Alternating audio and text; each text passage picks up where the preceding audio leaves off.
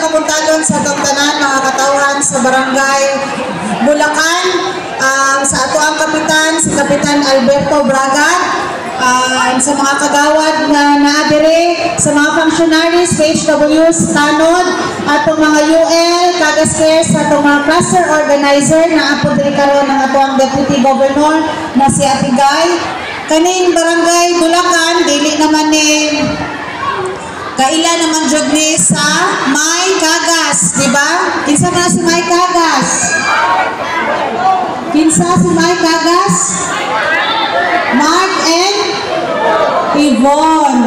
Anyway, kaning programa nato na medical mission na nahitabo diri sa inyong barangay, request ni sa inyong pinalanggang kapitan. Aron ang mga katawhan diri sa barangay Bulacan dili na moadto dito sa ato ang provincial hospital or sa iban mga private hospital. Kami na mismo ang ihatod sa medical mission, inubanan sa ato medical mission team na para mahatag og libre check-up para sa mga katigulangan nato, sa mga bata, sa mga babies, and of course, libreng check-up sa mata, libreng check-up sa pa ba? Napod tayo libreng ibot sa ngipon, napod tayo free massage, napod tayo libre para sa mga hayop nato, naadri atong vet, napod tayo libreng tuli, napod tayo libreng mga minor surgery blankod. So napod tayo libreng mga reading glasses, no? So tanan ni nahitabo karon libre ni, wala ni bayad ha. Napod tayo libreng tambal diri sa kilid.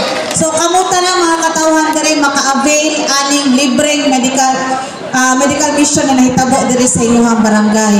So dili lang nato kalimtan kung asa nagsugod ang mga programa nato na nahitabo karon. Programa ni late Governor Dodo Cagas na kanunay na nato na tagamtaman. Ato ning padayunon para mahimo gyapon maanyag na paraiso ang Davao del Sur, ilabi na sakop na ni ang inyong barangay. So magpadayon lang ta, padayon ta sa atong medical mission. Dili na nako kinahanglan pa mga pamilya diri sa inyo kay kaning mga katawhan sa barangay Bulacan kanunay jud ni nahigugma kang Mark o kang Yvonne. So daghan kayong salamat and congratulations sa ato ang medical mission team.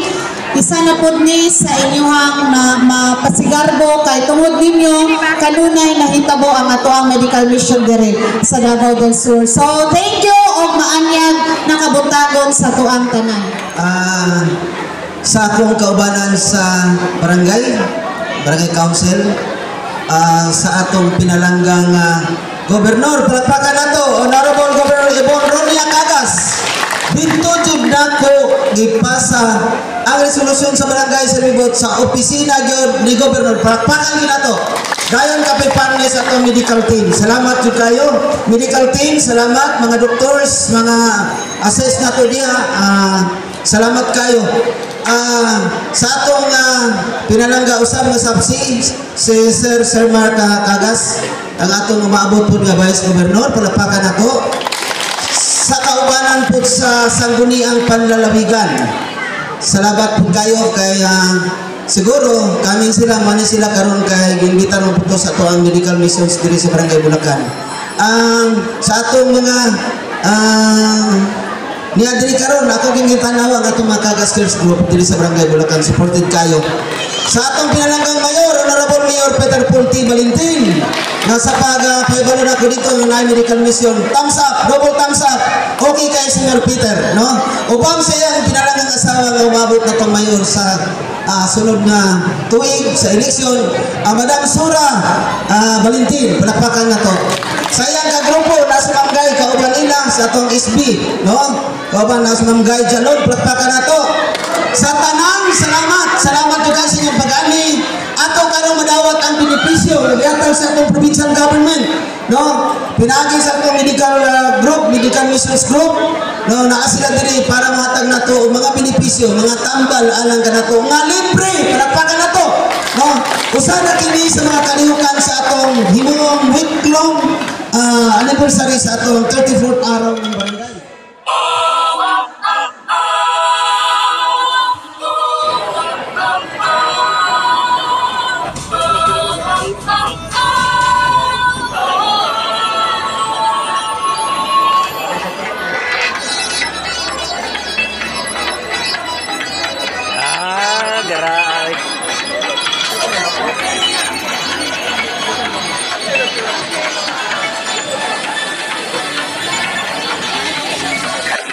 kalat gaatong ipuyan dagan na ang kalam at dadatagam tamay. Hello, good morning. Napsaya magkampana akong nasulayan Nandun ka, Gob. mga kataw at malipayo ng kanan.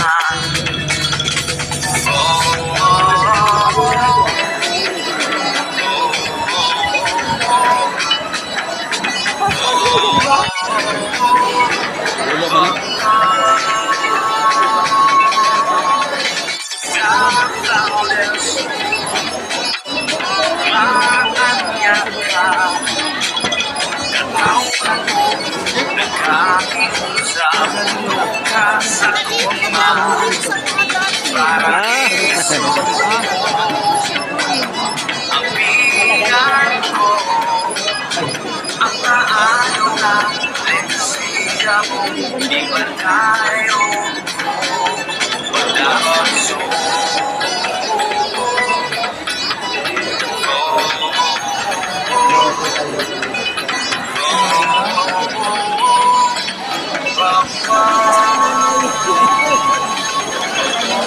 nasa mangga, dehidrata, kalabuan, makita sa mata, pag-itupo ng tanyong naman na nagisiyan, pipili na para sa ako at ibuha ka na tutal na pinas sa mga kapata ang nangandoy na makakuman at nagandong inapagaan sa nagapang ito na ginakuha. Angin tanong, puro na kuba, ang ianya anay sa itong probinsya, walay sa mga ing-aning ka, tutong pagkasting, maagi mauhayaw ni Ug Galinsi. Sa natin nila sa lisod, di magaling na asis, lahat wala imposible.